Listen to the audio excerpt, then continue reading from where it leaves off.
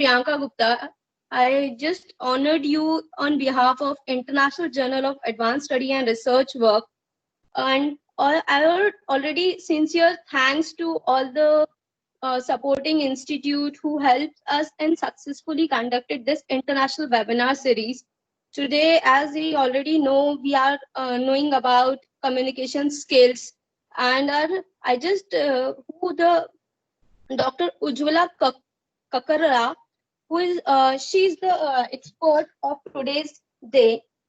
I just share a brief note about Dr. Ujjwala. She's MA, MPhil, PhD in psychology. She's very creative writer, poet, professor, personality development trainer. She's currently working with Test of English for Aviation Avance, the first TEA satellite center approved by UK CAA. She's there as a senior linguistic expert. She already published many articles, books with many of the national and international publications.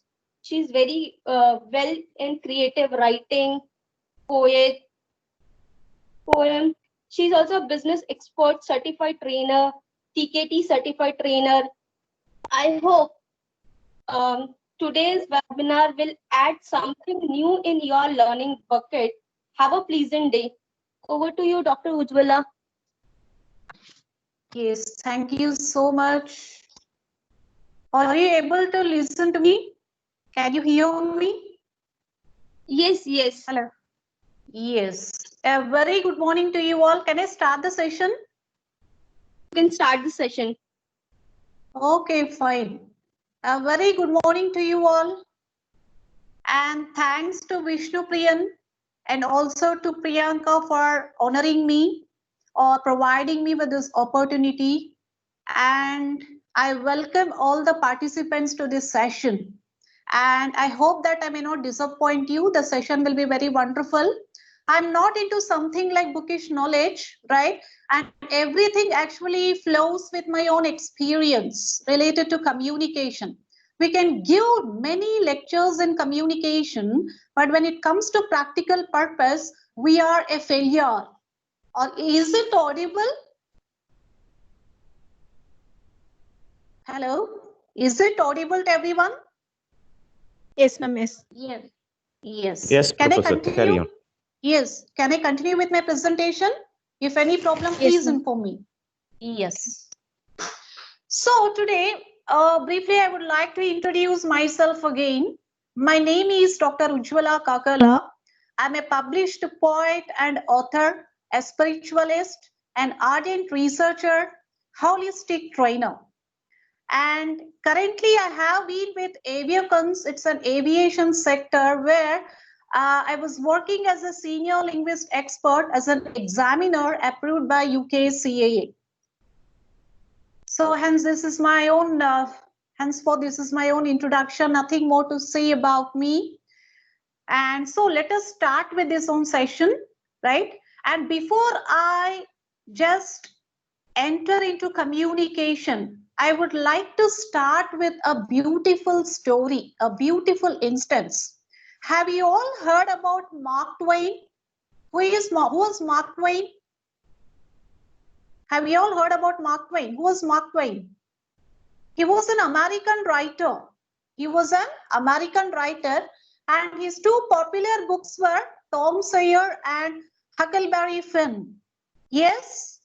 So, Mark Twain always loved to travel, and he's also known for his own humorous writings.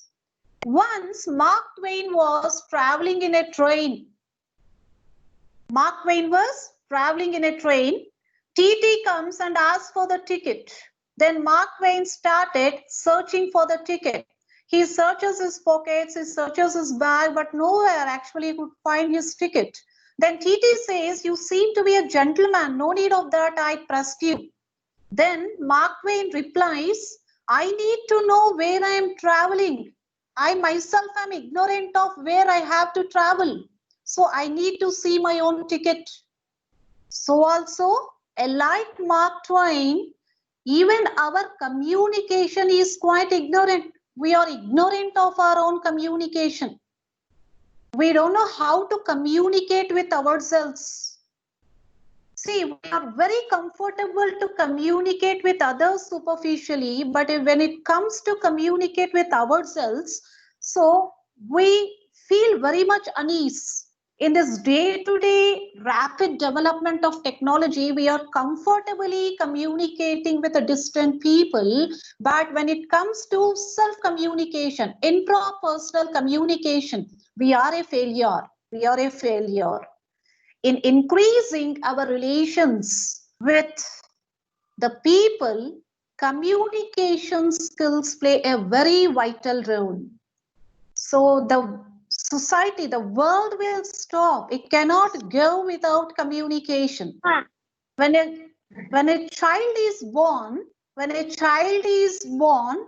it starts communicating with its cry. That is the first mode of communication before it learns to speak its mother tongue. So here, traditional grammarians actually held this belief that written communication was superior to spoken communication, and they considered spoken communication to be the corrupted version of written communication. But as the days passed by, as the years rolled or slipped past, the modern grammarians or the linguists try to hold the belief that spoken form is superior to written form, because there are many spoken languages which we speak which don't have a lipi, which don't have a written version or a written form. So in day-to-day communication, we use more of spoken form rather than the written form. And so now the primary mode of communication is a spoken form rather than the written form. No longer both written and spoken forms put together can be called verbal communication, right? So there are three types of communication, right? One is verbal. Next, the second type of communication is non-verbal communication. And the third type of communication is visual. You know, you are all well aware of the visual communication, and the condition in which we are in actually is mainly provoking us to actually be provoking us to use much of the visual communication. Just like the pie charts, it's more of a digital communication. So more into actually to transfer the information through charts, pie diagrams, flow charts, bar graphs, and mainly the emoticons we come across, right, which symbolizes something. So these are all actually this is about the visual communication. See, when I speak about communication here, what is the purpose of communication? What exactly is communication? We all actually give plenty of lectures on communication. But what do you know? What are the basic elements of communication? What are the basic elements of communication? Any responses? What are the basic elements of communication? Any responses from the participants? Sharing information. Okay, sharing information is mainly the communication. How do we share our information? How do we share the information? With the word, with the help of words.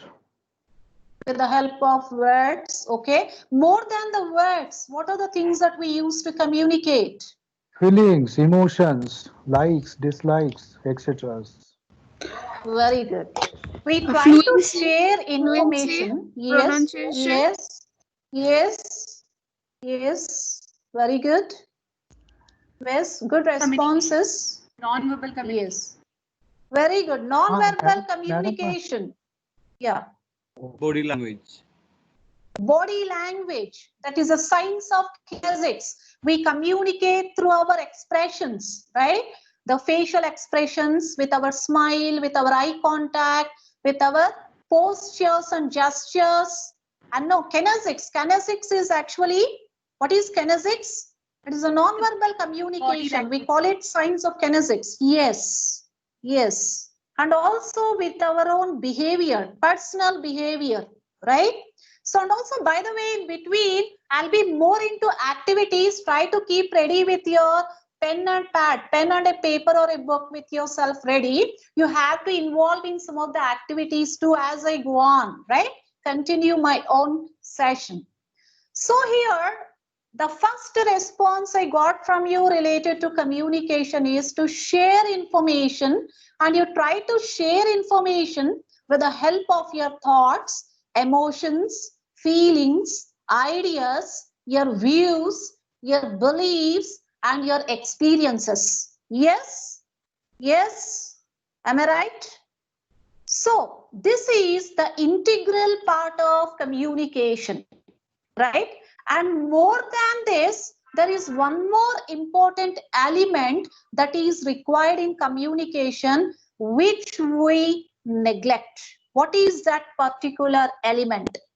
Every time anybody says, whenever a question they say sharing information is communication. Other than that, other than this particular basic element, so what is another important element? What is the main element that we need to focus on now? Feedback. A common, Feedback. yes. Before feedback, what do you do? Before Not feedback. Encoding or decoding? Yes, okay. You try to decode the message, right?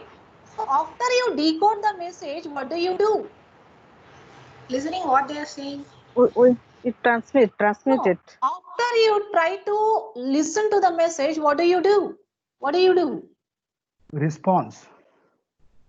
No, how do you respond? Before response, what is the thing that you do? Very good. Right answer. The thing is understanding. What is the important element of communication? Common understanding between people. So that's what is actually lagging in communication. So the first element is sharing information. This is the integral part of communication, right? And the next thing is common understanding. Why is common understanding very important? Why is common understanding very important? Because we communicate with different sorts of people with different attitudes, different thoughts, different views, different experiences, different intellect, right? With different emotions and feelings, and their own level of knowledge and their own IQ or the intelligence based on their level of intelligence. And words mean different things to different people. There are so many cultures with whom we communicate with daily, but words mean different things to different people, right? Suppose, for example, I will state this particular statement: Chennai is a dry city. Chennai is a dry city. What do you mean by the word dry? Come up with your answers. How did you understand my sentence? I am passing on the same sentence to you all, right? And there is a particular term in the statement, right? Dry.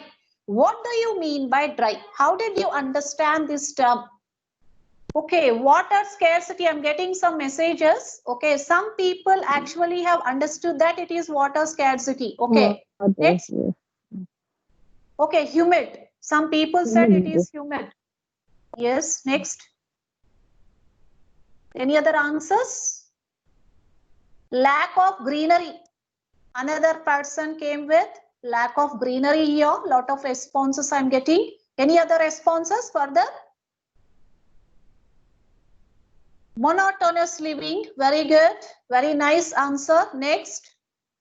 Any other answers? No liquor. Okay, fine. No liquor. Right. Next. Next. Weather. Next. No alcohol. My God. Weather. Drought. Okay. Drought. Yes. Next. Mostly humid. Lack of Mostly understanding. humid. Okay. Mostly humid. Right. Next. Any other answers? Any other answers? Disinterested. Disinterested. Okay, fine. Next. Disinterested. Next. Okay, fine. Let me take disharmony. Very good. Good answers I'm getting. And here I have used in the context of a mechanical life. I have not used the term dry to mean something like a humid or lack of rainfall or else any other thing, right? Yeah, just like it is a mechanical life. Okay, so Chennai is a dry city, a mechanical city, a mechanical city. Our life is very mechanical. Our life is very monotonous. You can think anyway. So one person has given me the right response, but each one of you have understood the same word in different ways. What you want to think and what you want to understand, you have understood in your way. It's not actually wrong, but when communication happens, right, you need to catch the intention of the communicator or the sender, with which intention or in which context the communicator is communicating with me, right? And here in this context, dry means I've used this particular term means mainly with mechanical life. Okay, thank you so much for your responses. Now we'll continue with your own speech, right? So here in the ancient days, what was the mode of communication? Can you tell me how the people used to communicate? More than the language, okay? So more than the language, the people, our forefathers, or let us take gestures. Okay, I'm getting some responses here again, messages. Signs and Okay, symbols, sounds. okay, okay. Even now we are using these particular things. See here, in ancient days, so many scholars in the past, they tried to research about how spoken language came into existence, because before spoken language came into existence, right, we tried to communicate just by imitating the sounds. Max Muller, the great scholar, has proposed a theory called bow wow theory. What was the theory? Bow wow theory. Mainly, the people tried to imitate the sounds of the animals, okay, the sounds of the birds, the sounds of the reptiles. Let us see hissing sound in a snake, the barking sound in a dog, right? So the swaying of the leaves, let us take the nature in which actually the human beings' first communication or the contact was with the nature, right? And mainly the sounds actually they used to hear from nature, like swaying of the leaves, swaying of the twigs, right? So rustling of the wind, right? So these are all the things with which actually they try to actually speak a language. And so bow wow theory states that mainly human communication was through sounds, and based on which spoken language came into existence. And later on, some more scholars came with different other theories like ding dong theory. What is a ding dong theory? The quality of the objects, because the people mainly when they try to communicate with other beings, the communication was with the quality of objects in the nature, because human beings or the humans contact with the nature made them actually realize the quality in the objects. So that was their own mode of communication. And let us take Yo-Yo theory. Yo-Yo means mainly it is a kind of a sound mainly the people produce when they lift heavy objects or heavy logs. In the forest, when the manual laborers used to work or lift heavy logs, they used to produce a sound called yo-yo, and based on which the spoken language came into existence. But not all the theories are right. Partially we can accept all these theories. Later gesture theory came into existence, that so the mode of communication was through sign language. And the first lady whom I actually want to recall is Helen Keller, who communicated with more than 50 signs when actually she tried to get afflicted to a fever when she became deaf and blind at the age of 18 months, and also she became a great professor in the university, and also she became a great activist, women activist in the later part of her life. We see actually lot of actually challenging actions or the challenging deeds performed by mainly the physically challenged people, right? And so this was how actually communication was.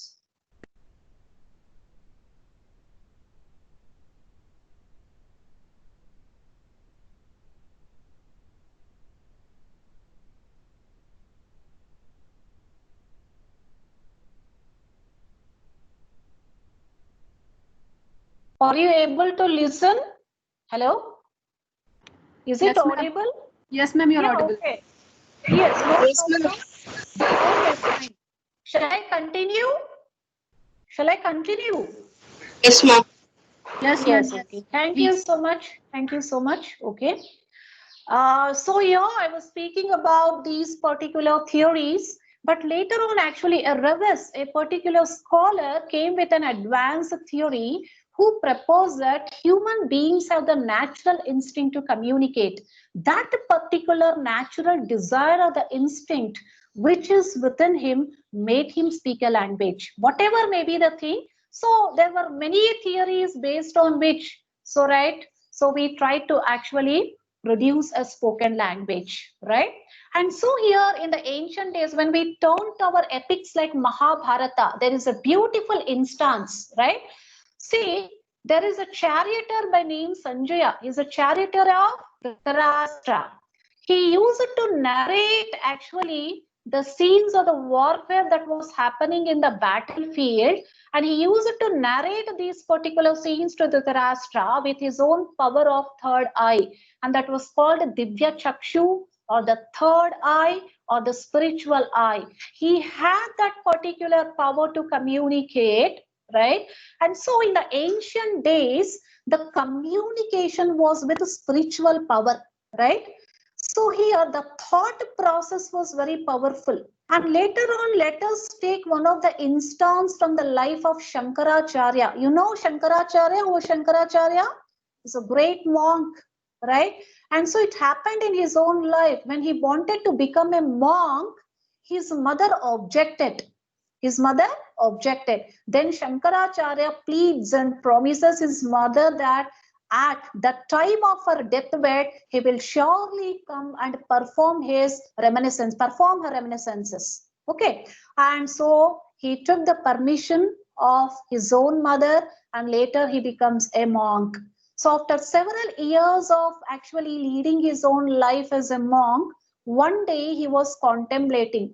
Suddenly, during his contemplation, he tried to see the vision of his own mother lying on the deathbed, that she was dying, He sees that particular vision, and suddenly he starts his own journey. He reaches to his mother, performs his reminiscences, and returns. See, that was the power of the thought. So as the technology improved day by day, spiritual power began to decline. In the modern day, we call this power telepathy. What is the thing that we use in psychology? The term that we use is called telepathy.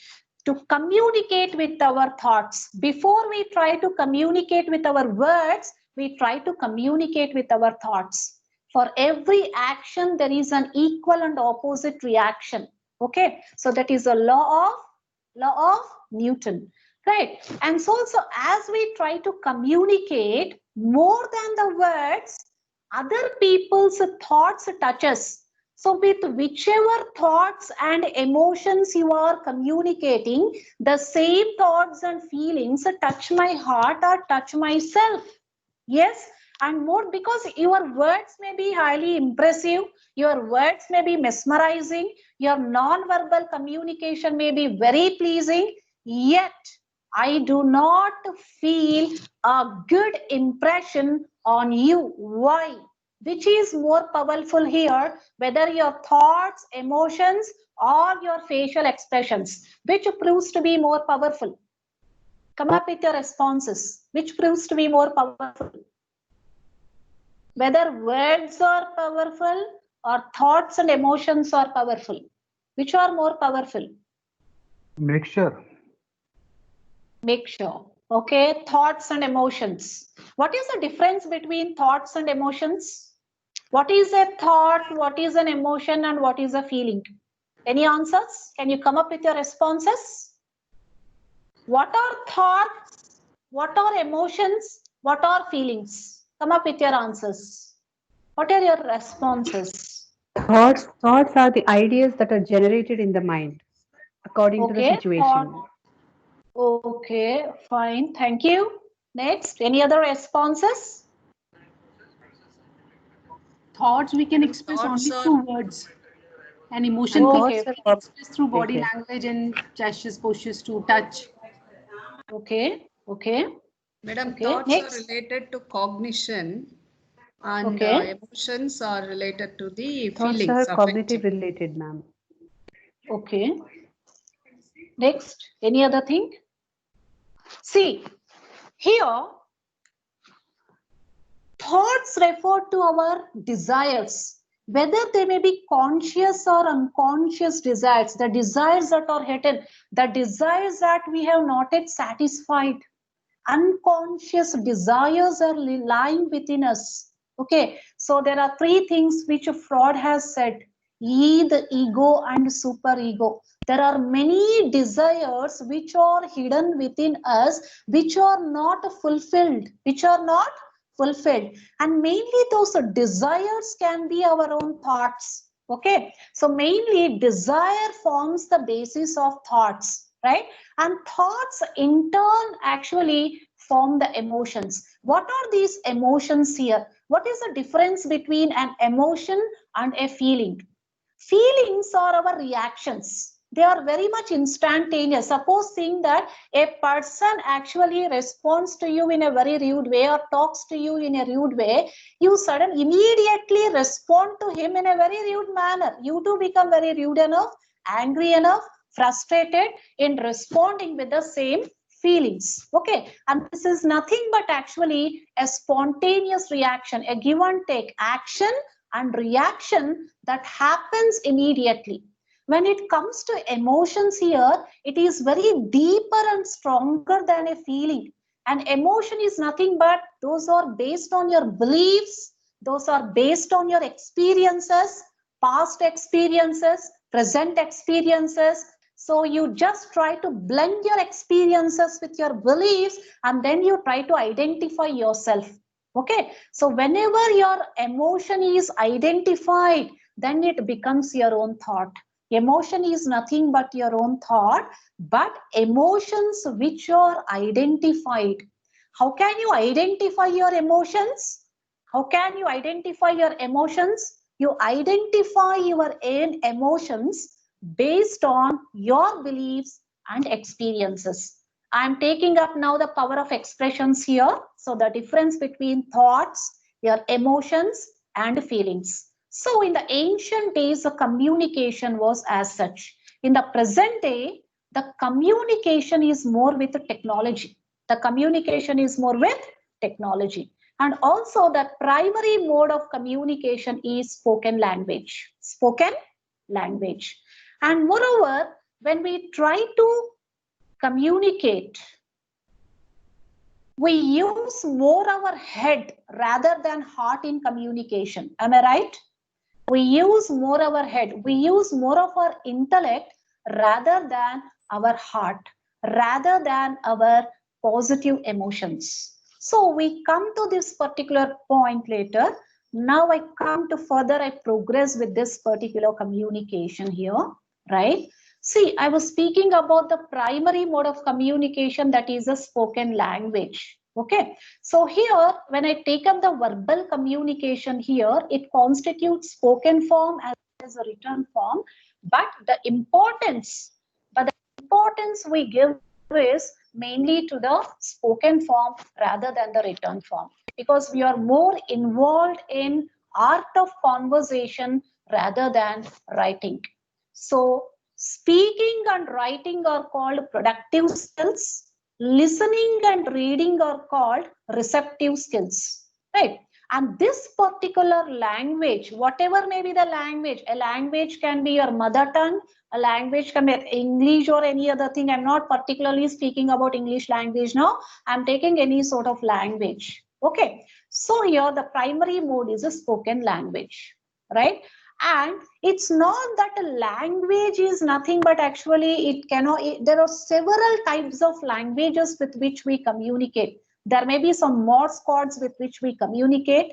There may be signals with which we communicate. Suppose think that there is a heavy traffic, okay, and your vehicles are put to a stop based on the signals. There is a red light and a green light. There's a red light and a green light. When the red light is on, all your vehicles are halted.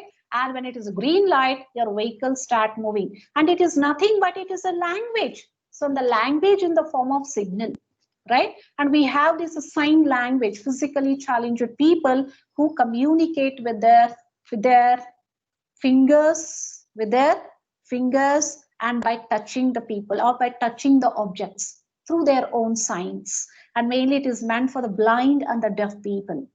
And it is called Braille Lipi also. The term we use is Braille Lipi. So there are several modes with which we communicate, right? So symbols, let us take the symbolic language. We can take any kind of symbol and we can communicate. Figures of speech, naturally we say in literature, so are very well, and the people with English background, they very well know about the metaphors, okay, the similes, okay, which are quite symbolic. They are called the figures of speech, right? We try to communicate. And so here, this is how the communication is happening.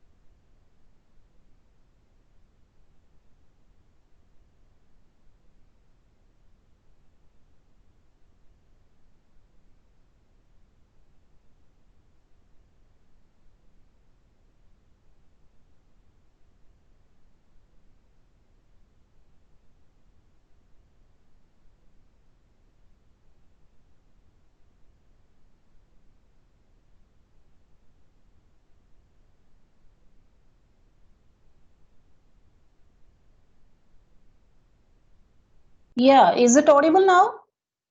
Hello? Yes, ma'am. Yeah, is it audible now? And don't actually think more about those slides. I'll be into the slides. And have some patience, okay? So I have to come from somewhere to those particular slides. So there's a mode of teaching what I have been actually going through, and don't focus more on those slides, okay? So just here and just actually when I'm into the activities, perform the activities. More than the slides, whatever I'm dealing with, try to focus on the main points, right? Okay. When I come to communication here, the primary mode is actually the spoken communication, right? We use a language, and language is of several types, what I have been speaking now, right? But communication is not without barriers, There are lot of barriers we try to face in communication. They can be external barriers or they can be internal barriers. What are the external barriers we come across? It can be a language barrier, it can be a noise, it can be a crosstalk, so rudely actually responding to the person or talking to a person. It can be distance, it can be mechanical failure, there can be jargons. Jargons are nothing but the slang language or the slang words that you use, informal words, and visual distraction. So there are many more obstacles we come across externally, right? And semantic barriers. When we try to understand the meaning of a word, we got a fault, right? And I'll give you one particular example. Once a meeting was happening there, right? So here the director of that particular organization calls his secretary and directs her in order to maintain minutes of meeting. So henceforth the secretary agrees, okay, consents. Anyhow, the meeting happens. After the end of the meeting, the director calls his secretary and asks to provide the minutes of meeting. So the secretary says, sir, it is 1 hour 50 minutes. I need original minutes of meeting. Try to get original minutes of meeting. Again, the secretary comes and says, sir, it is 1 hour 50 minutes. Go and burn that paper. I want and come up with your original minutes. And later that lady actually goes, burn that paper and says, sir, it is 1 hour 50 minutes. What do you mean by minutes of meeting? Responses? What do you mean by minutes of meeting? What was the level of communication here? How was the communication between the director and the secretary here? Who is at a fault? Whether the secretary is at a fault or else the director is at a fault. Whose communication was bad here? Whose communication was bad? How was the communication? No responses?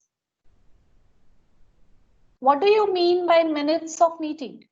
On the parts of the listener, there is a complete failure to understand the meaning of the very word minutes. Okay. Minute to minute It is details of wrongly an taken. event. It Minutes is of wrongly meeting means taken. minute to minute. Okay. It is Basically, the Okay. highlights of the Minute to meeting. minute details of an event. Okay. Some Mhm. decision which taken in the meeting is called minutes of meeting. Okay, decisions taken in the meeting. Yeah, many responses I'm getting. Okay, but that particular lady whom I was talking about, okay, for her minutes of meeting means only time. What is it? Only time. So that was her own IQ. That was her own knowledge. And the director is asking her to bring the original minutes of meeting, and again she is getting only, or she is actually responding him with the same time that she has understood. Even the director is not a good communicator. Why? Because he is not taking his own responsibility to explain her, at least after a second or a third time when she was at a fault, what minutes of meeting means. Right? So both are at a fault. So this is how the miscommunication is happening. When we use more our head in communication, here the communication is with the head. So when the communication is with the head here, right, and also based on the level of your knowledge, whatever is your level of knowledge, whatever is your level of intellect, you try to communicate in a similar way. Right. And so the knowledge of the secretary is as such, and the knowledge of actually the director is his own level of knowledge he has. But despite he is unable to take the responsibility as a director to give an explanation or a clarity on what means of meeting means. And this is how miscommunication happens more often in communication. So here, whenever there is a head to, because in communication we are often with head to head communication. When there is a head to head communication, so there are a lot of barriers that occur. Maybe anything, it can be with the language, it can, because even the language becomes quite rude. Crosstalk, we try to use a crosstalk when we are quite frustrated, when we have a lot of ego, and henceforth misunderstandings happen there. And so here, when misunderstandings happen, misunderstanding is not always alone, it is always with another companion called Mr. Doubt. Mr. Doubt. And this Mr. Doubt again is with 4 creations, and the 4 creations are nothing but, one is a jealousy, right? And you become jealous enough. Next is a leg pulling. You try to start leg pulling other person who is highly intellectual than you, right? And next, after leg pulling, a kind of hatred is developed within you towards other person, either who is more knowledgeable to you, more superior to you, right? So next, the last thing is enmity. You develop a kind of adversity on the other person. Hence, the total communication becomes ineffective. What is good communication here? Good communication means to understand the other person. And what is effective communication here? Effective communication refers to when the sender or the speaker or the communicator receives the intended feedback from the recipients, then that is called effective communication. Effective communication. And effective communication is nothing but the good communication. It depends on the good communication. Yes, and so our communication has to be heart-to-heart communication. Heart-to-heart communication. So when can we put our heart in communication then? When can we put our heart in communication? How is this heart-to-heart communication happen? See, when we are using more of our head in communication, we are more into discussion. We are more into discussion. You know what is a discussion? We try to argue with the people. We try to argue with the people. See, you hold your beliefs, your experiences, discuss. Discuss means to break into pieces.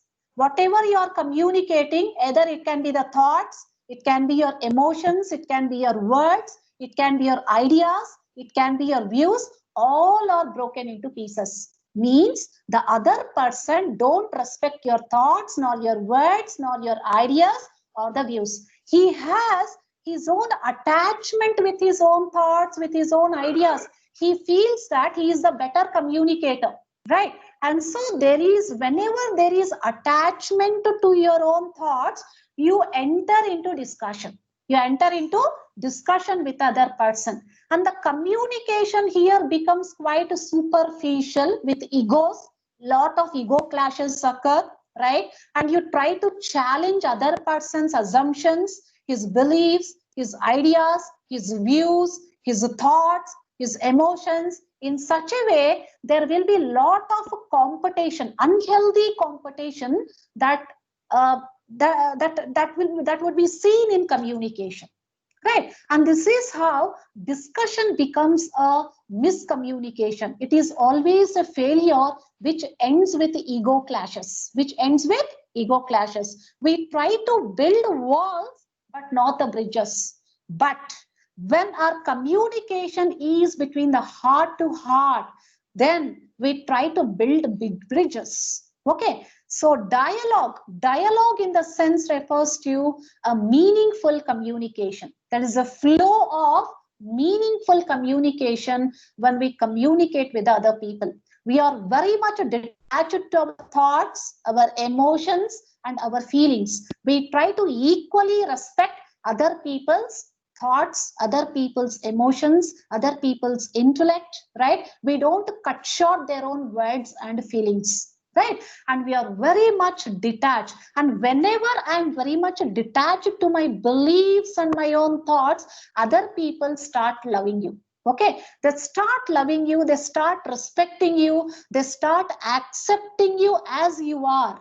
So because we try to build bridges in the communication, but not walls, right? And also you try to challenge your own assumptions, but not other people's assumptions. You don't try to go for judging that particular person. How is that person communicate? I'm better in knowledge than that person. So these are all the things, digressive things you try to put aside, and you try to focus on only on the main ideas that you are naive about, and you try to grab that particular information. And that is what is seen in a dialogue, and never we are into argument. And so the sophisticated and value-oriented communication happens with a dialogue. And the dialogue happens, the deepest communication happens only when it is between heart-to-heart communication. So this is how the communication has to happen. So the beauty of human life lies in the art of communication. In increasing our fatigue communion with people, we are to be more into dialogue. We are to be more into dialogue, right? And not into discussion, not into discussion. So this is what is you have to focus more on, right? So now this is about actually how the ways with which actually we communicate. more of you're into discussion rather than a dialogue, and try to change your mode of communication into a dialogue rather than a discussion. So the dialogue always happens at certain levels. Okay, what are the levels with which the communication happens here? What are the values actually that we have to involve in a dialogue? One is a truthfulness and honesty. We need to trust a person when we are communicating. Unless there is a truth and honesty, integrity in our communication, the dialogue, so we are not effective communicators. And also we have to listen from our heart. Next, the communication should be non-violent. It should be non-violent, right? And how the communication, again, it should be, you have to challenge your own assumptions, try to judge your own weaknesses, try to go for SWOT analysis. SWOT in the sense refers to your strengths, your weaknesses, your opportunities, and your own threats. Instead of looking the other people's weaknesses, judging the other person, try to go for intrapersonally communicating with yourself. Okay, try to see your strengths. How far those strengths were very much useful to you in your life when you try to become successful, whether in the past or the present, and how you can use much more in a better way in the future. Weakness. What are your own weaknesses with which you proved yourself to be a failure, where you try to face many negative situations, and try to feel and try to actually think about those weaknesses and how to eliminate those weaknesses or transform those weaknesses into strength. Then opportunities. Opportunities are based on your strengths. So what are the opportunities that actually you invited based on your strengths? And what are the threats that you have actually confronted or faced in your life based on your weaknesses? Okay, and this is a SWOT analysis that you have to do before you actually are in a dialogue with the other people. Okay, then you will be aware of yourself to behave well with the other person. Is it clear? Yes, and this is how our communication has to be. So our communication has to be between head to head. Now I'll give you a small activity. See, we hold a misconception that communication means only just speaking, right? So here I told you the medium is that the language that we are using, but language performs 3 functions. Okay, you know, language is informative, it is directive, and it is self-expressive.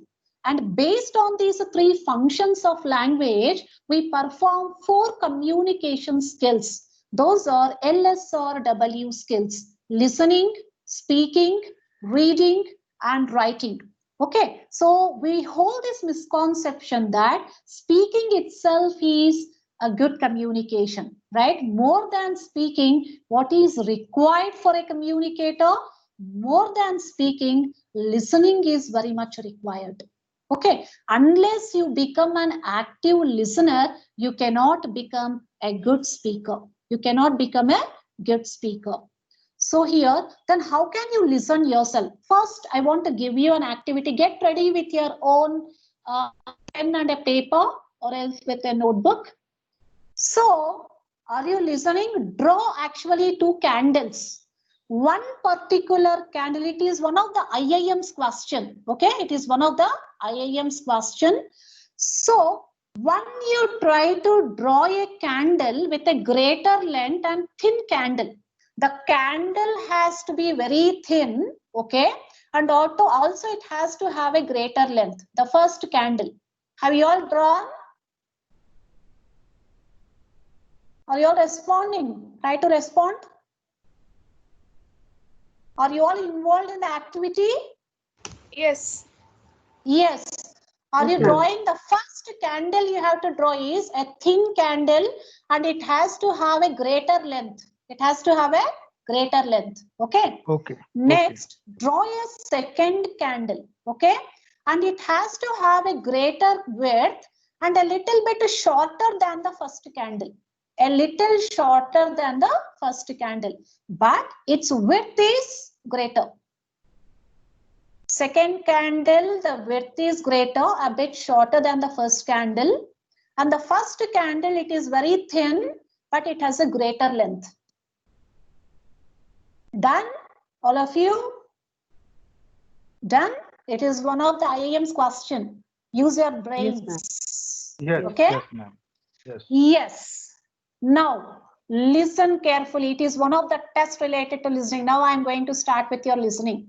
Speaking is done about discussion and dialogue. Now we have to know how to develop our listening skills, how to become an effective listener. So now this is a small test for you, how effective you are listening. Listen to my question. Okay. You are seeing two candles before you. One is a thin candle with a greater length. Another one is a short candle with a greater width. So, which candle burns longer? Which candle burns longer? You have to come up with your responses.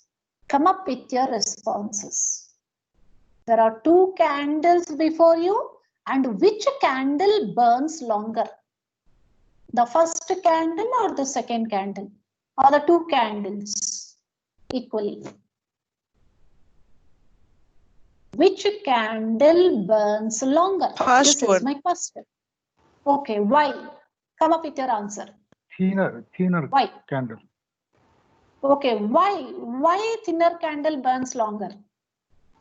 Because it is lengthy, longer in the sense of length.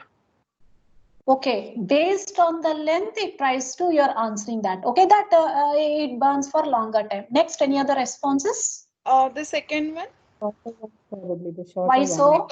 because the wax won't melt early, so that's why Why? the flame can. Why Because it is doesn't the wax its width is more. its width is more, Ma'am, so you're giving first- priority to the width. Yeah. Ma'am, Yeah. first one, because Why? because its area is lesser, so its duration will be more, because length may be directly proportional to its burning. Okay. Any other responses? Any other responses? How many participants are there? Only 4-5 responses I'm getting. Any other response? How many of you actually accept that the first one is the right? How many of you are accepting? How many of you support that the first candle burns longer? The second one is right. 12 members. And how many of you are supporting that second candle burns longer? What's the count? Approximate count. I'm accepting that second one. I think would work longer. Second one. A majority of you are supporting which one? Majority of you are supporting which one? Second one. Second one. See, all of you are not good listeners. Second one. Okay, now I'll give my own answer. Okay, I'll give you a feedback now. Okay. See, the answer here is little brains you have to use here. Okay. No candle burns longer. Every candle burns shorter. Have you understood my own answer? No candle burns longer. Every candle burns shorter. Every candle tries to merge itself. Yes. Longer, each candle burns only shorter. You have to come up with this reply. I understood the answer, what I'm saying. My question was, which candle burns longer? No candle burns longer. Every candle burns shorter. Yeah. We'll go with one more activity, right? And take a paper here. Are you all listening? Dear all participants, are you involved? Yes, ma'am. Yes, ma'am. Now, one more test for you related to listening, right? Draw a horizontal line. Draw a horizontal line. Draw a horizontal line. Listen carefully. I will just 1 second. repeat twice. Hello, Yeah. the Dr. Ujjwala. Please. one Yes. second. Participants, you can participate through your responses. It only chat box. You are not allowed to go ahead with your mute or unmuting the devices, where it might be a network issue. So I request all the participants to go ahead with chat box. So the expert speaker can view the chat box and you can respond to it. But sir, chat Okay, box fine. is not, are it's not disabled. able to write. Yes, yes. Chat box is not Chat seen here, sir, on the device. box is disabled, sir. So that Yesterday it was is there. been then Yes, okay. that is See, why that we is are what I'm using just coming to say, that it has been the issue from your end of a network. So that is why, because we have been admitting everyone from people's, and people couldn't able to answer back. That is the only issue. Yes, So yes. if you have to have a better If you are streaming, responding. Yes, yes. If you so are for a better responding, streaming, you can go ahead with chat box. Okay. Okay, Sorry for fine. Sir, interruption, chat box participants. No, thank you. Thank you so much. It's not working for her. Go ahead, Thank you Ujjwala. so much. Okay. Yes, Yeah. I'll go ahead. Yes. Draw a horizontal line. Draw a horizontal line. I'll repeat only twice. Write the first and the last two letters of your name at both the ends of the horizontal line, and remaining letters fill up in the gap in the middle. I'm repeating once more. Draw a horizontal line. Write the first and the last two letters of your name at both the ends of the horizontal line, and remaining letters fill up in the gap, fill up in between. Done?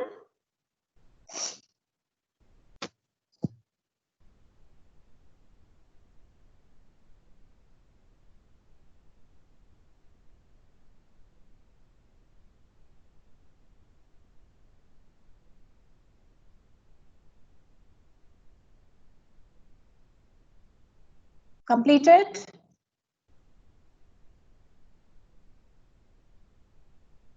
Yes, ma'am. Yes. One by one, only a few members I'll be taking the responses, okay? All of you don't collectively come with the responses. So, how did you do it? How did you write that? At both the ends, what is your name? The participant who is responding to me now?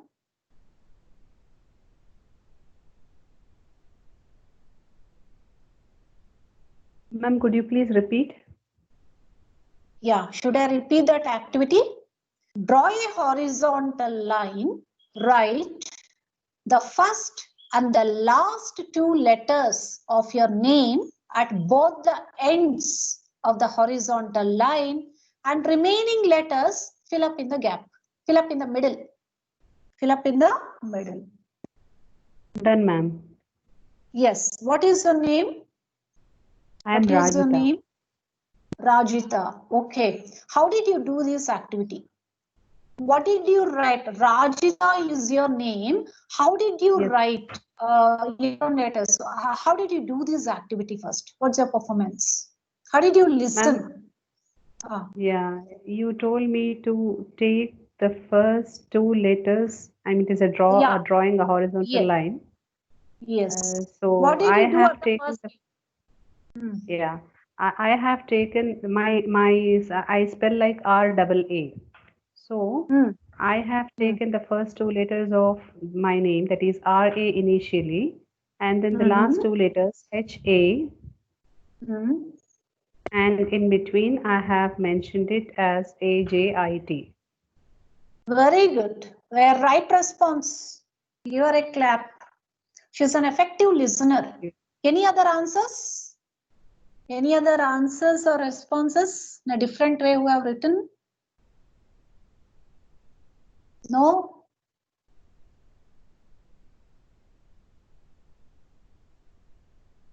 Okay, done. She's a good listener. I told you to write the first and the last two letters. She has taken first two letters and last two letters, and you are very keen at listening. Thank you so much. Thank you, ma'am. Yes. Now, when we come to listening skills, right, let us take a bit how to become an active listener, because listening is more important than speaking. So when you want to listen to, right? So how are you going to listen? What is the difference between hearing and listening? What is hearing and what is listening?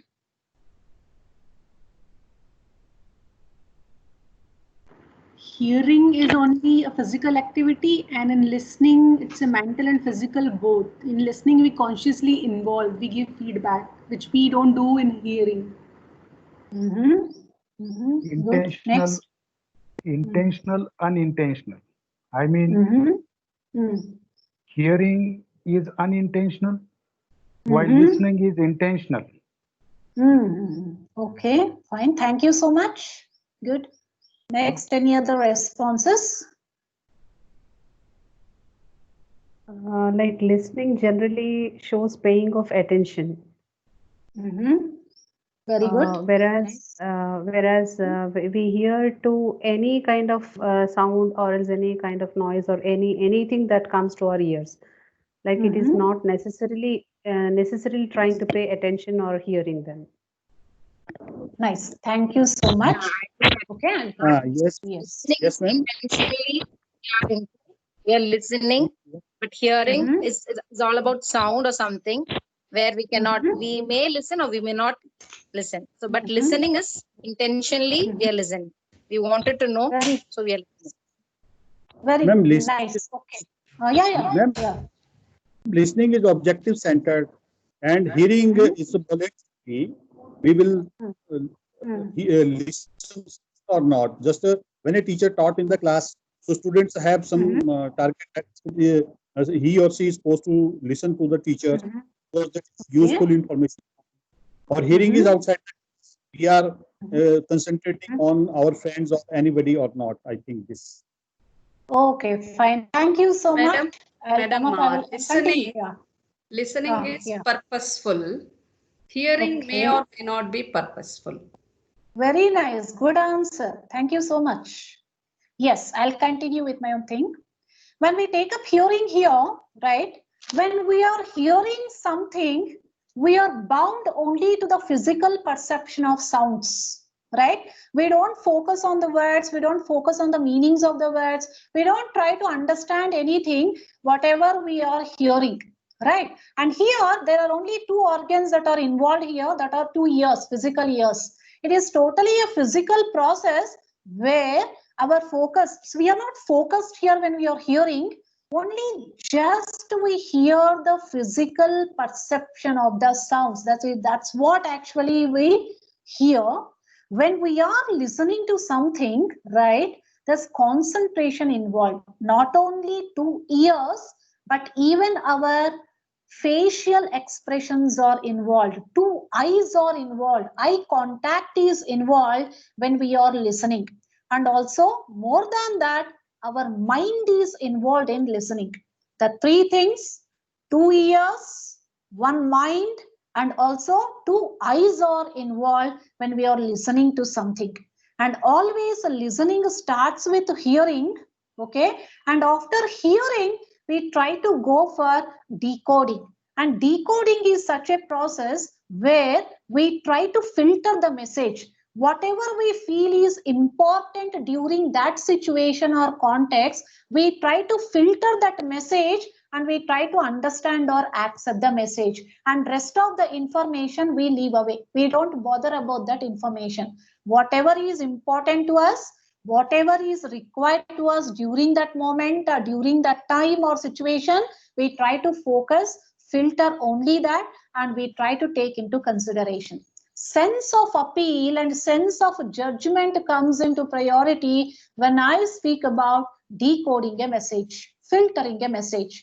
After we try to filter a piece of information that is very important to me, I try to go for comprehending the message. Comprehension in the sense refers to grasping, right? Understanding and digesting the message, assimilating the message. Okay, only when we try to grasp, only when we try to understand, only when we try to digest, we can, right, become an effective communicator. We can become an effective listener. And later on, we can go for our own retention. Retention is nothing but to remember something. The things which we by heart, you know, so the things which we have not understood to a deeper level, we try to forget within a moment. The things which we have understood very deeply, those things lifelong, even when I wake you up in your sleep and ask, you will be able to just like answer to me, you'll be able to respond to me immediately. The spontaneous, okay, become a spontaneous communicator when you listen mainly to assimilate, to understand it and to digest it. Once when the information is digested within you, assimilated within you, mainly you become a very good communicator in order to communicate in an extemporaneous way, right? You can become an extemporaneous speaker, right? And that's how you can communicate yourself either in the written form or the spoken form very spontaneously when you try to become a good listener, an effective listener. Now we come to see what is active listening. We are all listening, and sometimes we become very passive in listening. Sometimes there are a few active listeners, okay, which come up with actually good responses. Suppose I come up with actually a Zen riddle, okay. There is a very huge and very thick forest, a wild forest. There is a huge tree, and that actually falls down by making a very huge noise. But there is nobody to actually hear to that particular noise. Is the communication complete? Come up with your responses. Come up with your responses. No, ma'am, it's not complete. Why? There is no question of communication, madam. As Yes. merely Yes. sound is coming out. Yes. No words, no feelings, no emotions, nothing. Yeah. Yes.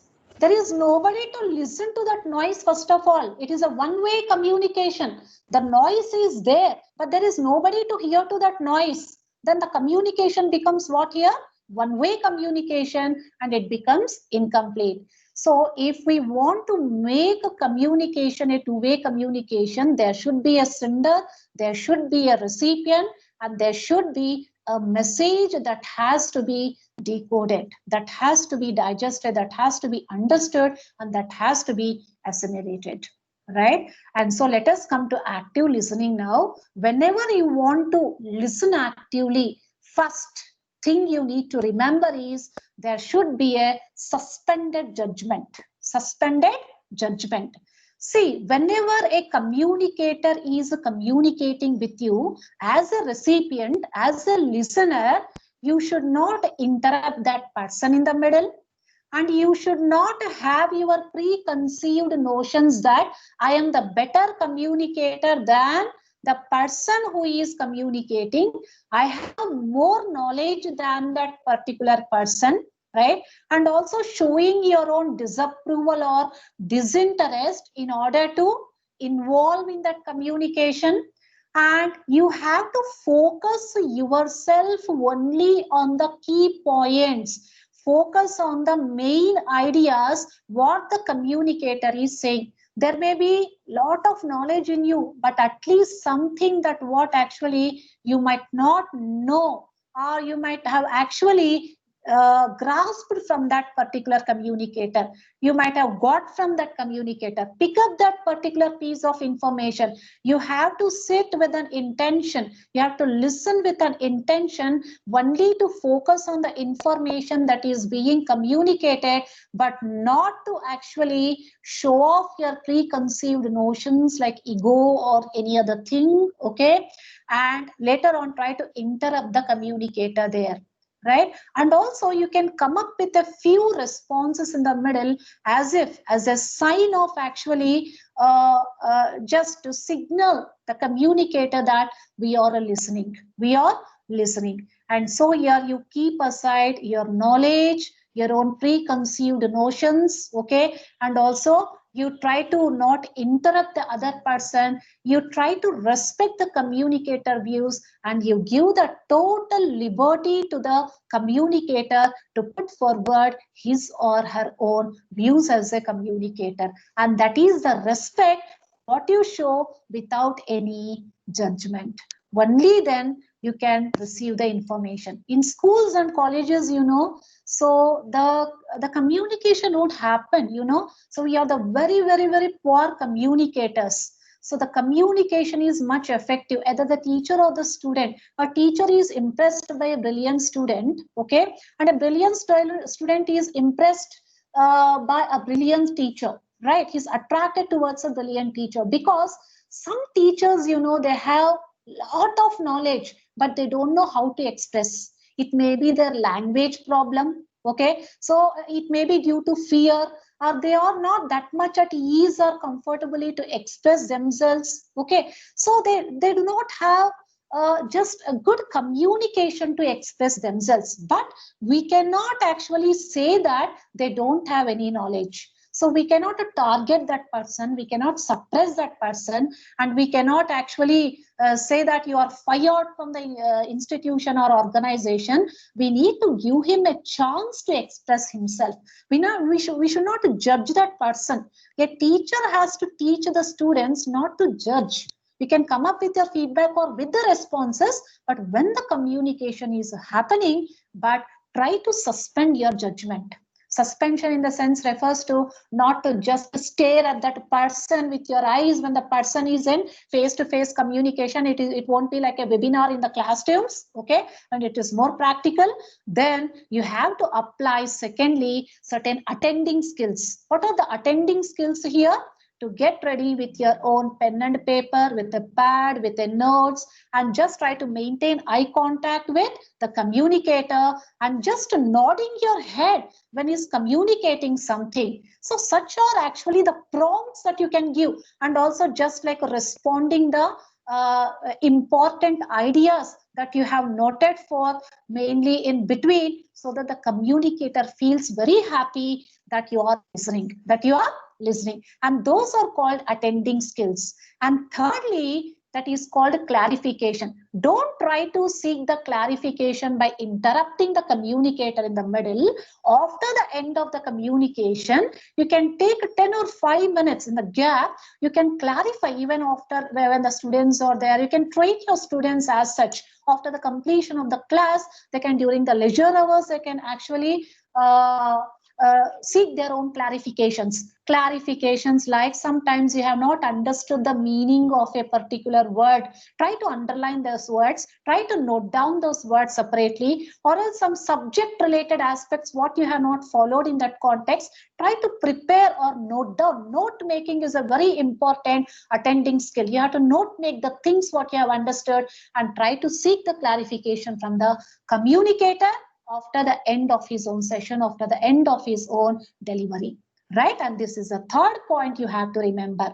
And the next thing is summarization. So when you want to summarize something, give your prompt responses in the form of main ideas, what you have assimilated, digested, or understood by the communicator, right? And the last thing is called paraphrasing. What is it called? Paraphrasing.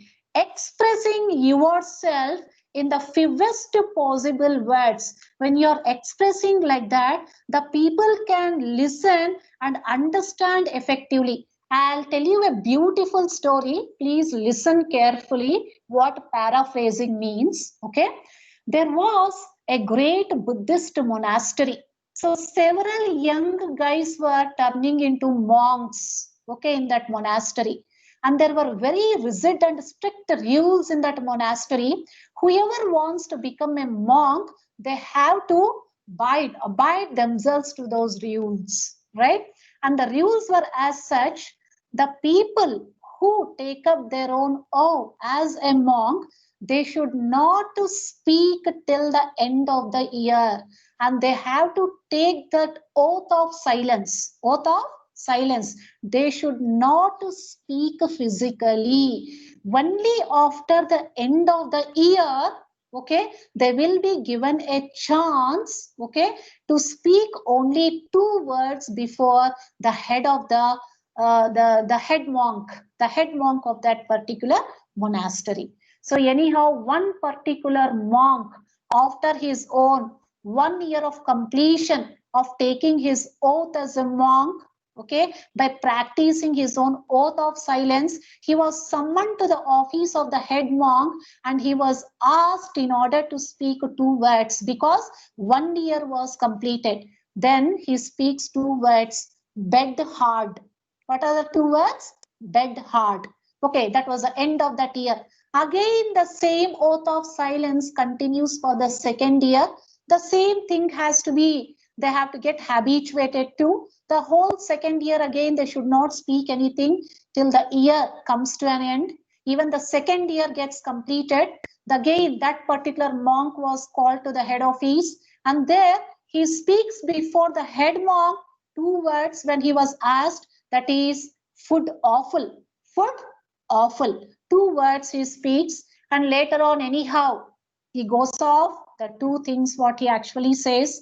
And the 3rd year of his own, what? Oath of silence continues. And after the 3rd year, again, he was called to the office, right? And he was asked to speak. Then he says, I quit. I quit. Then the head monk says, I remember you well because you were always with complaints. You are always with complaints. The 1st year you were with a complaint, bed hard. The 2nd year you were with a complaint that food was awful. And the 3rd year you are with a complaint, I quit, right? I'm leaving to yourself because the head monk has understood that person, remember that particular person very well because he tried to express what he wants to express in the fewest possible words. But you feel that communication means passing on more information. As much as we write more, as much as we speak more, so right, lot of things can be grasped, but that is just a misconception. That is just a misconception, right? As much as your communication is precise and concise, whatever you want to express in the short means or the short way of expressing yourself, okay, with actually a fewest possible words, apt words, then you are said to be a good communicator. And also the listeners who are listening to you can paraphrase those particular words very effectively, right? And this is also very much needed between the communicator and the listener. A listener with great clarity can understand a speaker when a speaker tries to paraphrase the information. So paraphrasing is a very important skill in speaking as well as listening. Okay, even in listening, while you're listening to somebody's delivery, don't listen to all the digressive information. Try to listen to or focus only on the main ideas. Focus on the main ideas. So those main ideas are very important to you, and those main ideas can be prompted in the form of the responses. That is what makes you an active listener, very effective listener. That happens with actually your listening. Okay, so these 2 are very important for you, right? And so listening and speaking are very important, right? And you need to have your individualism to become a listener or a speaker. What is this individualism? Your style, whether your way of own style or the speaking of the way you speak, right? By using the way you are using your tone while you're speaking, the way you are using your pitch, the volume, the rate of speech, and the clarity that you are bringing to your speech. All these voice elements are necessary in your speech. And when you are listening, decoding is very necessary, comprehension is very necessary, right? And other than that, your suspended judgment is necessary. After that, attending skills are necessary, clarification is necessary, summarization is necessary, paraphrasing is very necessary. These are all the aspects which are necessary. So recently, Stanford University has researched and come up with communication network. Okay, how our communication happens. See, the thing that happens between the listener and the communicator. You see here the things on the network I have given you in the slide too, right? What he wants to say, it is very important. How much important? 100%. Our focus will be mainly on judging other person, what he wants to say. What he says, it is only 50% important to me. What I hear, it is only 40% important. Okay. And what I understand, maybe 30%. Okay. What I retain, what I remember from what I've understood, maybe just like 20%. But what I want to speak or what I want to say, only 10%. But what I say, extremely 0%. When it comes to actually speaking, I want to communicate a lot. But when it comes to speaking something, I don't communicate anything. So I'll give you one particular example here. One particular researcher want to research on Eiffel Tower. Eiffel Tower. So he went near that Eiffel Tower and started observing that Eiffel Tower. Daily he used to visit that particular place. And when he tried to visit, he used to see a particular person who used to daily come to that spot. He used to sit to read and write something under that Eiffel Tower. One day, he approaches that man, the researcher, and asks, "Are you so fond of this Eiffel Tower that daily I am seeing you here?" Then the person replies, "So no, this is the only thing I dislike in my life." Why? The only thing I dislike, because unless and until I come near to this Eiffel Tower, I cannot see it. I cannot see it. So is our communication. We are not communicating with ourselves intrapersonally, but we are very comfortable in communicating with the distant people. This is our mode of communication. But what is the purpose of communication? Our purpose of communication is to come closer together as human beings, right? To learn new tools and techniques that are immediately useful in communication, right? And also to improve or interact with the individuals or to understand the individuals by interacting with them. Next, to improve the innate qualities or values in the individuals, right? And also to improve the leadership skills in the people or the individuals. This is the purpose of our communication. Communication expects a lot of values, And what are those values that we require in communication? One is love, to improve our own rate of tolerance. And next, we also require respect in communication, respect for good manners or good etiquette or good behavior. And next, what is required is positivity. I need to have a positive vision and positive attitude. Mainly to develop this, I need positivity in my communication. Next, I need peacefulness. Peacefulness mainly for patience and mainly for developing my calmness. Next, at last, I need some knowledge in communication to make my communication more meaningful, to make my interaction more meaningful. This is how our communication has to be more meaningful. Now, let me speak about some of the leadership values so that we have to learn from Japan. In 2012, Japan met with a tsunami. And the crisis we are in now, you're all well aware of. There is no need for me to again prompt it, the corona. Okay, the COVID-19 we are into. And so how did they try to face the tsunami in 2012? Okay, and how could they recover so quickly from that particular situation? And so what type of leadership skills with which they try to communicate with one another? Okay, the same skills, leadership skills we have to apply now in the present crisis we are in. The first thing and the first value is a calmness. There were no chest beating cries among the people. Sorrow was elevated. The first leadership quality was calmness. And the second leadership quality was the dignity. There were no indisciplined queues. There was discipline in the queues, mainly for the groceries and the water. Groceries and the water. There were no crude gestures or any sort of crosstalk among one another. So such sort of discipline, so we could find among the Japanese during that period situation. And the third thing is the ability. The architects were so incredible that the buildings swayed but they didn't fall down. But here, see the fate of our engineers, how our buildings are in India. Next, the next thing is there was grace. Grace in the sense that people try to buy whatever was necessary during that present time so that everybody could get something. They had some empathy towards other people. Not that I have to stockpile everything, the 3 months will be a lockdown. Not like that. So we have to keep in mind even the other people needs. Okay. So that is a grace what is needed in us. That is a leadership quality. Next, there was order. There was order in the nation.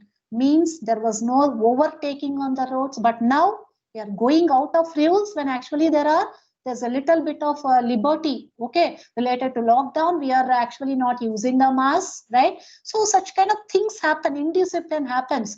But there, the restaurants, mainly there was a lot of honesty among the people. There was no overcrowding. There were no overcrowding of the vehicles or the overcrowding of the people, right? And such was actually the order we could find there in Japan. Next is the sacrifice. 55 workers actually sacrificed their life by pumping seawater into the nuclear reactors. The radiation was so intense during the tsunami. Next, the next thing is a tenderness. The restaurants cut prices, but what happens in our country? They increase the prices after every situation, after every such kind of crucial events or the situations what we face in our country. And an ATM was left unguarded, but nobody actually stole anything. The strong people cared for the weak people. That was to be seen in the country Japan. Next, the training. The people were well trained, right? By the authorities that let it be an old person, a child, or else an adult. Every person knew what they have to do exactly during that situation. And such was the effective training that was given to the people. The next thing is the media. The media was not exaggerating anything. There was total restraint on the bulletin. Okay, whatever apt things were there, there was a calm reportage only related to those things. And such was the ambience in Japan. And next, the consciousness. The people were so honest. When the lights were off, they put the things there within the, just like within the shelves, and they left very calmly. And such is the trust and honesty or integrity the people had. Character of the people is what makes the character of a nation. So communication always expects more leadership values, more type of leadership.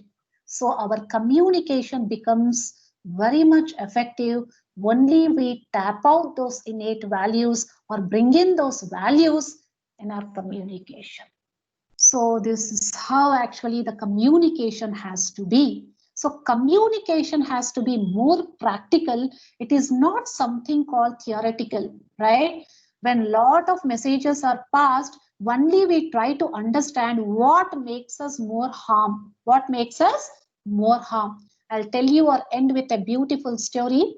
Once Akbar actually was expresses his own grievance before his own ministers, and he says, so the money is very much lessened in the kingdom. Why? Then Birbal says, I will give the answer in the court the very next day. So the next day, he comes with an iceberg.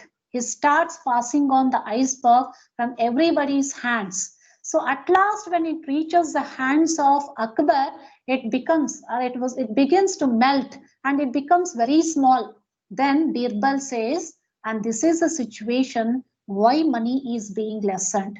When money is being operated from several hands, money automatically reduces. One may be corrupted, one may be very trustworthy, but the corruption actually shows a greater impact rather than the integrity here in communication. So also the same thing is applicable in communication. When we pass on something to the other person, the words naturally get changed. Sometimes they are exaggerated, sometimes they are molded as per their own beliefs, as per their own experiences, and the communication, it becomes very much misunderstood, or it turns out to be a miscommunication.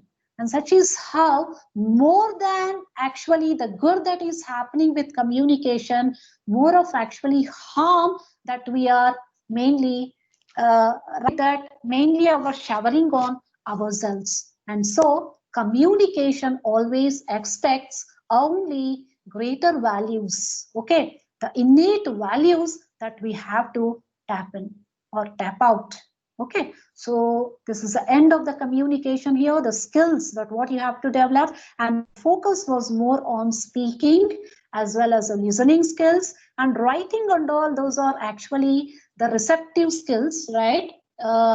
Sorry, the not a writing is a productive, so the listening as well as the reading. When it comes to actually reading here, nothing is to tell related to reading, right?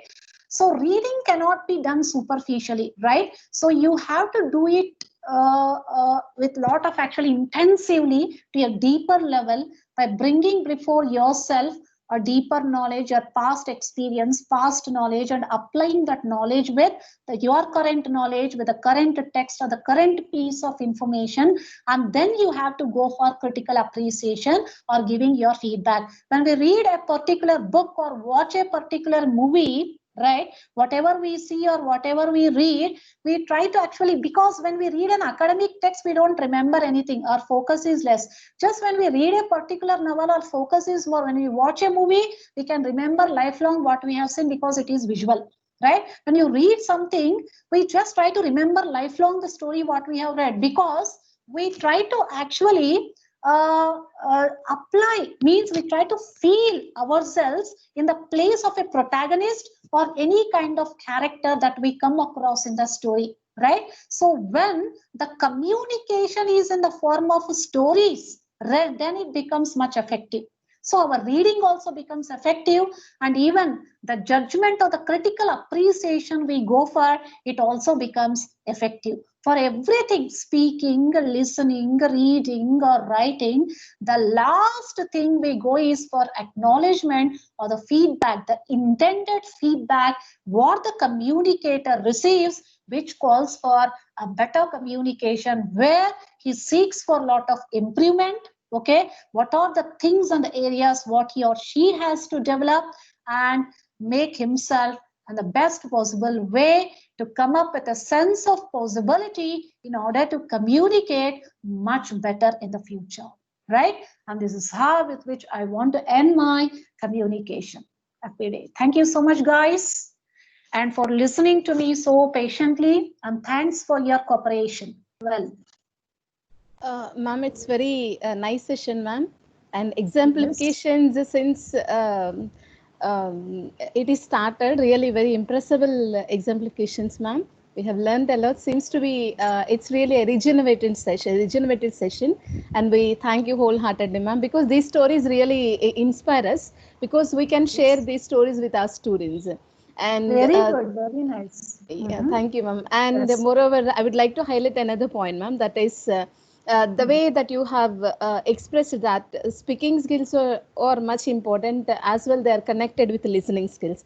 This is what the students are lacking nowadays, ma'am, because instead of the receptive skills, how do we have to make the students connect with this speaking with listening, ma'am? Because the students simply neglect these listening skills. So how do we channelize them to listen? Because it helps you to speak. Will there be any advice from your side, ma'am? Yeah, it should be learner-centered approach. You have to go with a lot of activities. You can give me your email. I can actually give you a lot of activities where a guy, the individual, has to first listen to that, and he has to actually involve in that activity. Maybe it can be a teamwork, and the people learn much in a teamwork, and there should be one communicator and there should be a listener. It's not that you go on explaining the students, try to actually listen to the information and try to make the guys involved, that one becomes a communicator, another becomes a listener, and then try to make the students themselves experience of how the person is communicating and how they are responding. Only then they will actively involve. When the individuals or the students are themselves practically involved, involved in the sessions and the activities, they cannot develop anything. If yourself become very traditional approach, like go on teaching by using your own energy, you just become a facilitator.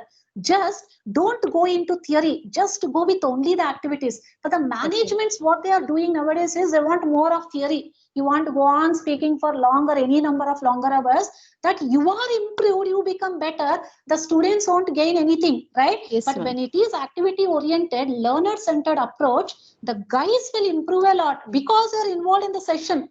And for that purpose, you need to, because when they work in the team, they will get rid of their own fear also. Leadership skills can be developed, values can be developed through language activities. There are a lot of activities. Yes, and that is one approach that you have to opt to or adopt to in the classrooms, and try to lessen your theory. That is it, what I want to say. Focus only on the main ideas and make them involved in the sessions. That's what I want to tell you. Advice. Thank you. Yes. Thank you, ma'am. Thank you, ma'am. Don't waste Ma'am, your I'm energy. Radhika. I spoke to you a moment earlier. My research is on reading skills and critical thinking. So, ma'am, would you give me any suggestions regarding what kind of task can I give to the students in particular? Yes, reading skills. So here you can give a simple poem. Yes. Suppose think that there is a particular moral poem you come across. Let me take on kindness. Have you heard about actually the organization called Teach for India? Have you heard about the organization called Teach for India? Yes. And so here, when you just as a teacher try to enroll once for such conferences, right? See, there are a lot of poems or small stories, parables that you come across.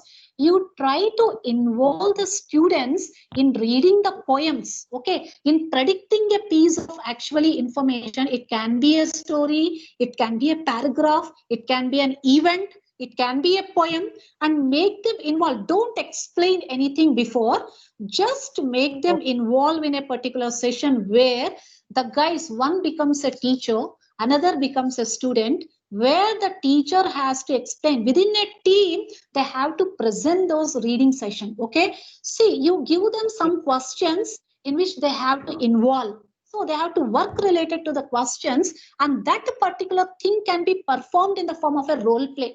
You know, role play, and that will be more actually very impressive, or that will be more humorous and funny for even the guys also. They just try to enjoy this. If you go on teaching, they feel monotonous. You know, they don't want to listen to much information. If they are involved in such kind of funny sessions like role plays, by giving them a piece of actually a particular story or a particular poem, anything you can, but it should be very impressive, which have to instill even the moral values in the children. Yes, or else you give them half a story and you ask them to predict that particular story. Okay, and after predicting, you ask them to come and perform the role play. And these are a few things actually which you can improve through reading. Okay, they can read, they can also participate, involve, and they can create themselves their own actually story or a climax. In such a way, can improve even their writing skills also, right? Writing and reading skills. Yes. Creativity, what is needed is give half a story. You can learn more with your students rather than what you teach. Yes. There are brilliant minds you come across. That's a suggestion what I want to give. Hello. Okay, ma'am. Thank you. Yeah. It's a wonderful session, ma'am. Thank you. Yes. Hello. Thank you so much. Yes. Hello. Sir. Anji, ma'am, I have one question. How psychosocial barriers can be minimized to improve the communication skills? And second question, a small question, how introspection can play a significant role to improve this skill? Okay. Introspection, I told you about intrapersonal communication. I was giving you one example in my session, right? So the way you have to introspect with yourself based on SWOT analysis. You just try to look into yourself for your strengths, your weaknesses, your opportunities, and your own threats. Focus on that at first, and later on, you try to communicate yourself interpersonally, socially with anyone.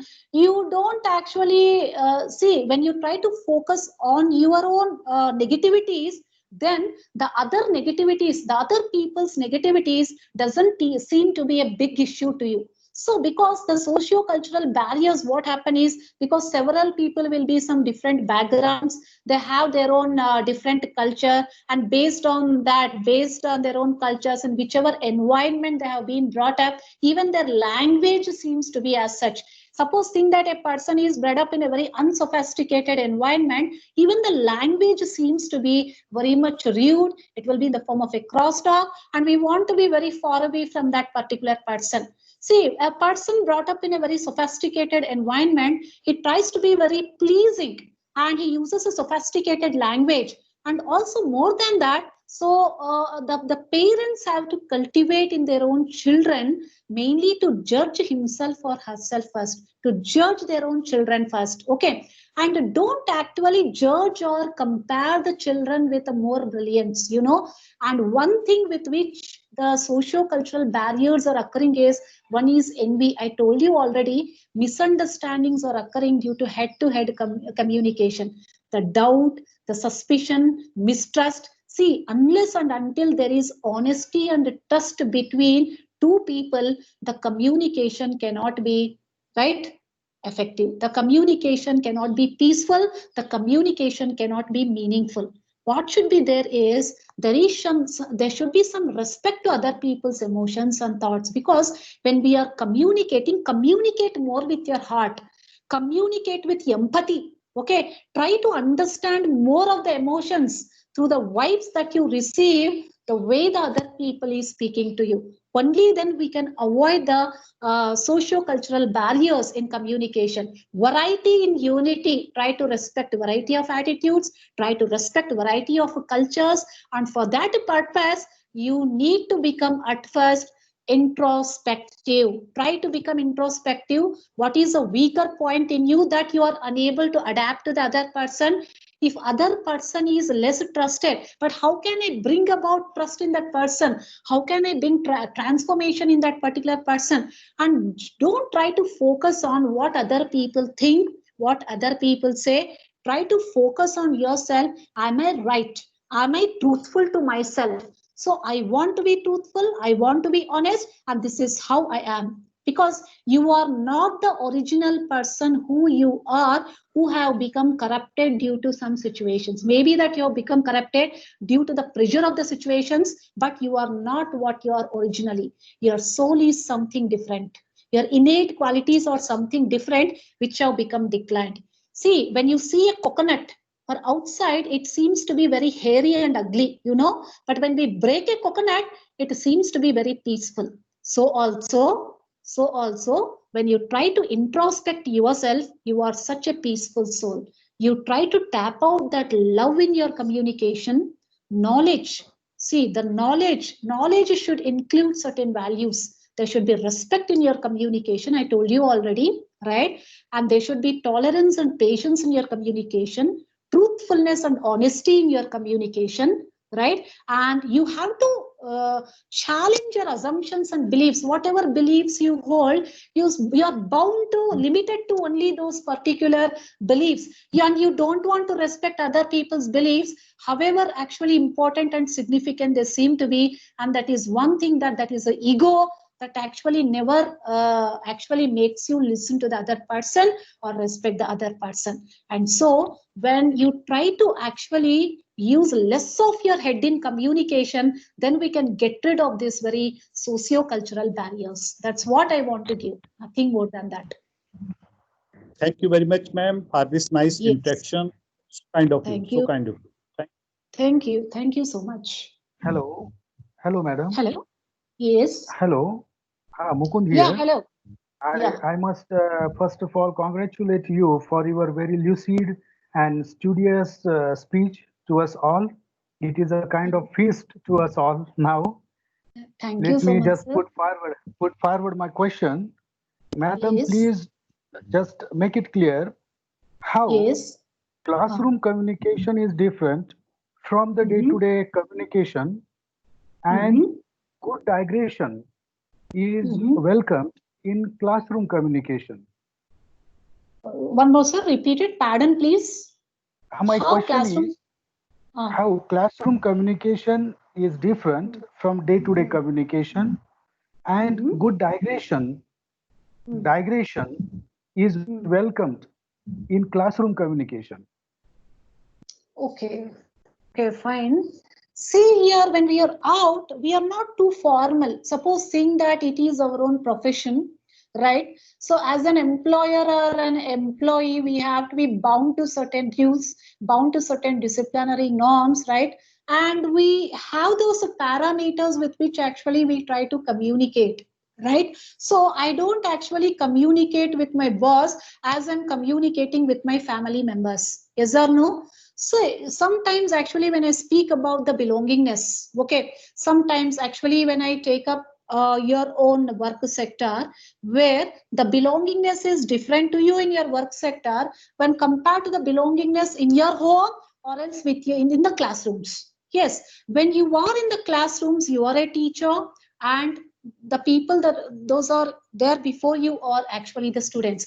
You see only with the vision of a student, okay, with the perception of a student, and you don't think the students to be your own kids. When they do a fault, when your kids do something wrong here, you just try to forgive them. When the same thing happens with another child, because your heart becomes quite narrow-minded in order to forgive that person. If anybody does something actually bad to us, we take a lot of time to forgive that particular person.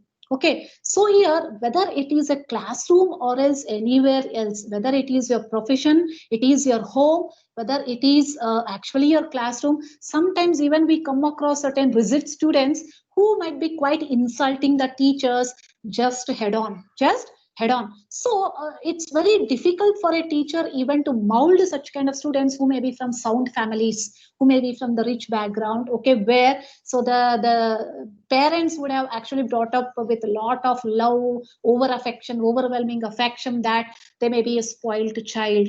So the question I give is, when the relation is spoiled or the technology, your mobile is spoiled, we give a lot of importance in order to actually rectify that particular mobile rather than the relations. And this is how our communication is happening, sir.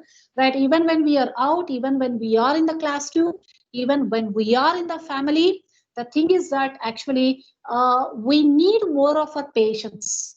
It's not that actually there's a lot of difference between tolerance and patience here. See, you should be tolerant where you have to tolerate. And patience is something which makes you reach your goal, But tolerance is something where you are very much blind enough that you go on tolerating even the things you should not tolerate. When it comes to actually a classroom teaching here, right, and don't make it particularly that it is your profession, and don't actually make the students feel very much unease or uncomfortable that you are a teacher. Just try to be like a friend, try to be like a facilitator or a mentor. More than a teacher, what is required is mentorship. You have to be a good counselor, you have to be a good mentor in order to listen to their personal problems sometimes, in order to listen to their, sometimes a person may be with the financial problems, sometimes a person may be with emotional barriers. You have to listen to those things more than the academics. Only then, because some guys, they cannot concentrate on the academics due to these barriers. So you need to have the value called patience in you in order to listen without frustration to the students, because you treat those people also as your own kids. When your kid undergoes anything, any complication, emotional, psychological barrier, emotional barrier, anything else, you are there to support. Even the students whom you come across, maybe some from rich background, some from the poor background, and mainly the barriers you come across where the people from poor backgrounds, right, where the finance is a problem, where maybe the parents may be actually totally arguing or fighting together in the family, right? Such kind of situations, and that actually shows a lot of impact on the children, on the students. And so how is that you become a mentor in order to call them personally? And one thing, don't try to insult the weak students or the poor students in between all the students. That is one thing we have to learn. Right? Try to respect the kids. If anything goes wrong, try to call the student personally and then try to mold him. Try to listen with patience all the barriers, means the weaknesses he has, the grievances he has, the complaints he has, only then he can shine in his own academics. See, personal problems always have a link with mainly the academics. A guy just proves or just actually tries to perform better. He comes with a greater performance only when there is a peaceful ambience either in the home or in the classrooms, and the way teachers treat that particular guy. Right? Even a teacher's behavior is more important rather than a student's behavior, because as you behave, even the teachers imitate you consciously and unconsciously that you are unaware of. Right? So the entire society depends on a teacher. You can mold so many people, right? And that is what is required in a teacher. Thank you very much, madam. Yes. Thank you so much. Yeah, thank you, Dr. Ujwala. And participants, is there any more questions from your end? Yes, participants, is there any questions? You can go ahead with the discussion forum. Okay, hope that is silence. Okay, and it was a great session with a lively, interactive Dr. Ujwala Kakala. And thank you from the team Philomath. And now it's to Mr. Kodishwaran, Head UGSF, Department of English from NGM College, to propose the vote of thanks. Thank you, Vishnu Priyan. Thank you. And unofficially, I thank Ujwala Kakarla ma'am. It's so nice, it's awesome, it's spontaneous, and it is loaded with so much of message to our teachers. Thank you, ma'am. Okay, it's time to record our gratitude. I'm pleased to record my gratitude. I thank our beloved principal and management for having given us the moral support to organize this program. I'm indebted to today's speaker, Dr. Ujwala Kakarla, senior linguistic expert, has shared his knowledge bank with us. It's a treat for the intellect. Thank you, ma'am. Thank you so much, sir. I take this opportunity to thank International Journal of Advanced and Research Work and Durva Academy of Research International and Educational Institution and Wisdom Educational Consultancy, teaching and non-teaching staff, and Department of English NGM College for their holistic support. Thank you, friends. I thank all the erudite professors for your active participation and enlightening discussion. Thank you, one and all. Thank you.